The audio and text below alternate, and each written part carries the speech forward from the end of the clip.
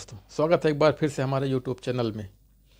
मेहरबानी करके ये वीडियो जो किसी पार्टी के सपोर्टर हैं या अंधभक्त हैं, प्लीज़ इस वीडियो को ना देखें। ये वीडियो वही लोग देखें जो असलियत से रूबरू होना चाहते हैं। हम आज आपको कराएंगे असलियत से रूबरू।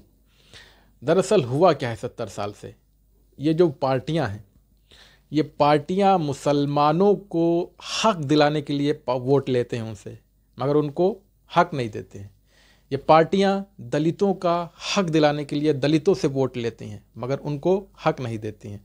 70 साल का डेटा उठा के देख लो, अभी भी आज 2024 चल रहा है। इतने साल होने के बावजूद भी दलितों की हालत वैसी की वैसे ही है और मुसलमानों की हालत दलितों से बदतर हो गई है।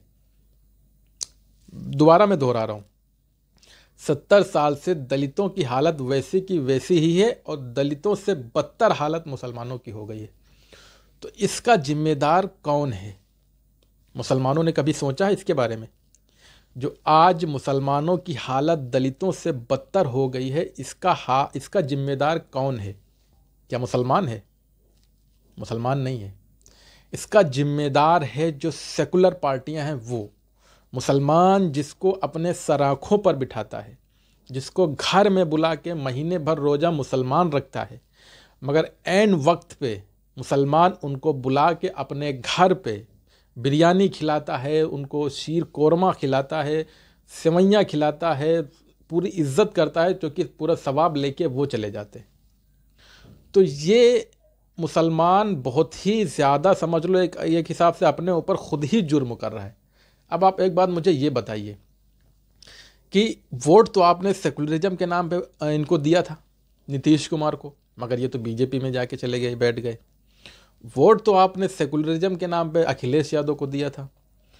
तो अखिलेश यादव अब तक के कितने चुनाव हारे हैं और कितने चुनाव हारेंगे, ये कुछ अंदाज़ा भी नहीं है, क्योंकि इनके पास ना तो कोई प्लान है, इनके पास ना तो कोई ट्रेजेडी है, इनके पास कुछ भी नहीं है। ये सिर्फ और सिर्फ मुसलमानों का वोट लेके मुसलमानों को मुद्दों, जो मेन मुद्दे हैं, उनको डाइवर्ट कर देते हैं। मतलब जैसे कि अभी मुसलमान इनको भर भर के वोट दे देगा, देता ही आ रहा है, पिछले 70 साल से देता ही आ रहा है। मुसलमानों ने अपना कभी एनवायरनमेंट नहीं किया है, ना तो उसने कभी अपना कुछ सोचा है अपने बारे में, क्योंकि मौलाना अब्दुल कलाम आज़ाद कह के चले गए थे कि मुसलमान अपनी पार्टी ना बनाए, तो उन्होंने नहीं बनाया, वो कांग्रेस का बंधुआ मजदूर हो गया अब तक के। मगर ये अब नहीं चलने वाला है।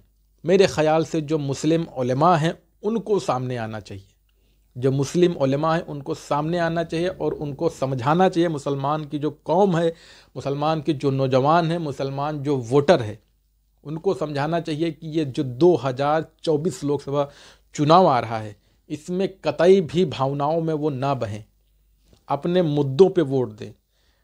पार्टी किसी की भी हो, जब तक कि वो तुम्हारी बात ना करे, तुम्हारे मुद्दों पे खुल के ना बोले, अपने मंच से मुसलमान शब्द का इस्तेमाल ना करे कि हाँ मुसलमानों पे जुल्म हुआ है, हम सत्ता में आएंगे तो मुसलमानों को इंसाफ दिलाएंगे, मुसलमानों के लड़कों को बेकसूर जेलों में बंद किया गया है, हम सत्ता में आएंगे तो मुसलमानों को इंसाफ दिलाएंगे, मुसलमानों के घर बेवजह तोड़े गए हैं, हम सत्ता में आएंगे तो मुसलमानों को हम घर बना के देंगे। अगर इस तरीके से कोई भी सेकुलर पार्टी या कोई भी सेकुलर नेता जो अपने आप को कहता है कि हम सेकुलर हैं, सब धर्म को लेके चलते हैं, हम संविधान को मानते हैं, हम कोई भी धर्म में, कोई भी जात पात में छुआछूत या हम कोई भी भेदभाव नहीं करते हैं, अगर ऐसा कोई भी नेता आपके बीच आता है और कहता है कि हम ये सब करेंगे, तो उससे ये सवाल पूछिए कि आपको ही हम वोट दे रहे हैं पिछले 70 सालों से, तब आपने क्यों नहीं किया? तब आपने क्यों नहीं किया? उसका जवाब उसके पास नहीं। काम दलितों को करना है, सेम यही काम दलितों को करना है, क्योंकि वोट लेने के नाम पे दलितों को तो यही आदेश दिया जाता है कि हम आपके लिए इंसाफ करेंगे, हम आपको हक दिलाएंगे, हम आपके लिए हर चीज़, अच्छी से अच्छी शिक्षा और अच्छे से अच्छा स्कूल में भेदभाव ना हो, तुम्हें जाति सूचक गालियां न दी जाएं, ऐसा वो आश्वासन देते हैं, मगर ऐसा होता नहीं है।